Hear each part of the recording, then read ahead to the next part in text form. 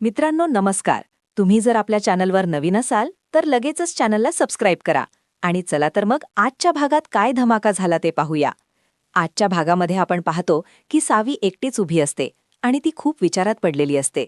तेवढ्यात तिथे अवंती आणि नीता येतात आणि दोघी विचारतात, "काय ग सावी, एवढी शांत काय आहेस? काय विचार करतेयस?"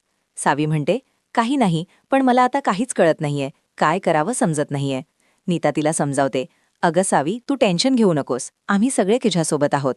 अवंती पण म्हणते, "फक्त आम्हीच नाही, धैर्य भाऊजी पण आता तुझ्या बाजूने उभे आहेत, म्हणून आता घाबरायची गरज नाही."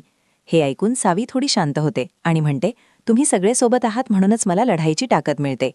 आता दुसरीकडे भास्कर आणि विलास दोघंही एका ठिकाणी भेटतात आणि इथेच सुरू होतो खरा गेम. ते दोघं दीपालाही फोन करून बोलावतात.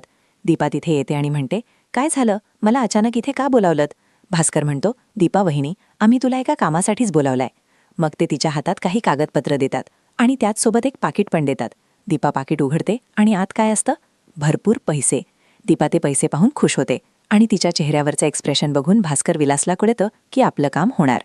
भास्कर विलास तिला स्पष्ट सांगतात, "हे बघ, पैसे तर तुला कायम मिळत राहतील, पण आमचं काम तू करायचं." दीपा लगेच होकार देते, "पैसे देणाऱ्यांचं काम मी नक्कीच करणार." आणि मग ती एकदम धक्कादायक डायलॉग बोलते, "मला जे पैसे देतात त्यांच्याशीच माझं नातं असतं." म्हणजे मित्रांनो, साफ दिसतंय, दीपा पण आता त्यांच्या प्लॅनमध्ये सामील झालीये. भास्कर विलास यासाठीच खुश होतात, कारण पुढे कोर्टात केस चालेल तेव्हा दीपाकडूनच त्यांना हवी ती मदत करून घ्यायची आहे. तर मित्रांनो, आजच्या भागात सावी टेन्शनमध्ये होती. अवंती नीता तिला सपोर्ट करतात, पण दुसरीकडे भास्कर विलासने दीपालाच पैसे देऊन आपल्याकडे वळवलं.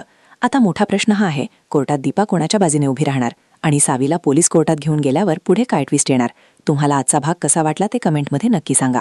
आणि असेच अपडेटसाठी चॅनलला सबस्क्राईब करा, व्हिडिओला लाईक करा आणि शेअर करायला विसरू नका.